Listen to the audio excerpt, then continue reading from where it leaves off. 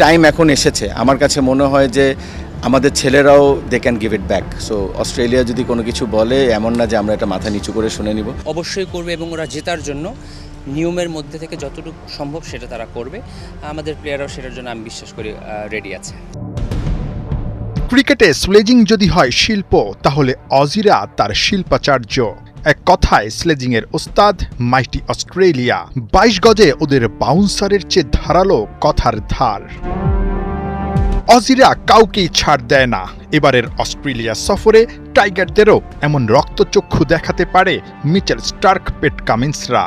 গতি আর বাউন্স সামলানোর পাশাপাশি এই মনস্তাত্ত্বিক লড়াইয়ে টিকে থাকার চ্যালেঞ্জটাও সামলাতে হবে শান্ত লিটন মুশফিকদের। টাইম এখন এসেছে, আমার কাছে মনে হয় যে আমাদের ছেলেরাও they can give it back. So Australia যদি কোনো কিছু বলে, এমন না যে আমরা এটা মাথা নিচু করে শুনে নিব। মেবি আগেও শুনিনি, বাট এখন যেই ক্যারেক্টার আমাদের টিমে আছে, যে ব্রেভারি আমাদের টিমে আছে, they will definitely give it back. আমার যতটুকু মনে পড়ে, যখন অস্ট্রেলিয়া যখন আসলে মিরপুরে খেলছিল, যখন ওডিআই সিরিজটা হেরে গেল, তাদের কোনো একজন ক্রিকেটার আসলে প্রেস কনফারেন্সে এসে বলছিল যে আমাদের দেশে আসলে দেখা যাবে, এরকম একটা হুমকি দিয়ে রেখেছিল। সো কি মনে হচ্ছে? হুমকিটা তো অবশ্যই পজিটিভ। স্লেজিংও করবে না, সেটা হুমকি যদি দিয়ে থাকে তার মানে তারা বাংলাদেশ টিমকে খুব সিরিয়াসলি কাউন্ট করছে, which is a very good sign. অবশ্যই করবে এবং ওরা জেতার জন্য নিয়মের মধ্যে থেকে যতটুকু সম্ভব সেটা তারা করবে। আমাদের প্লেয়াররাও সেটার জন্য আমি বিশ্বাস করি রেডি আছে।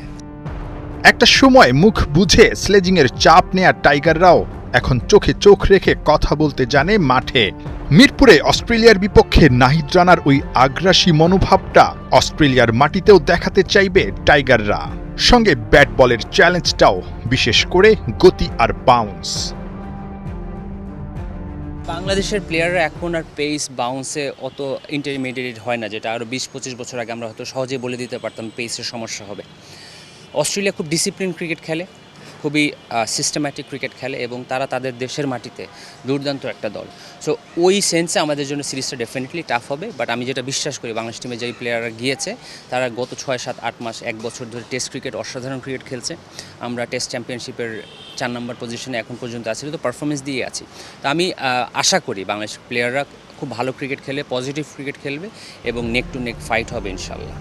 আইসিসি টেস্ট চ্যাম্পিয়নশিপের গুরুত্বপূর্ণ 2টা টেস্ট। অস্ট্রেলিয়া পূর্ণ শক্তির দল নিয়েই মাঠে নামবে।